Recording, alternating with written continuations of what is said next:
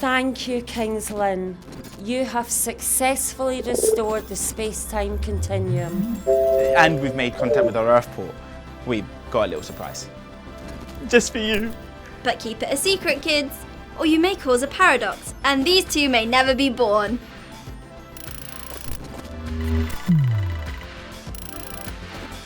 We've been sent just a few images you may recognise. That's right. These King's Lynn landmarks still survive in the 23rd century thanks to you.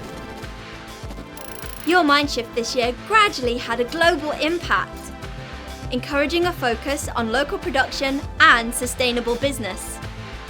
The creative and technology industries thrived. Your town inspired a change that reversed climate change. But some things never change.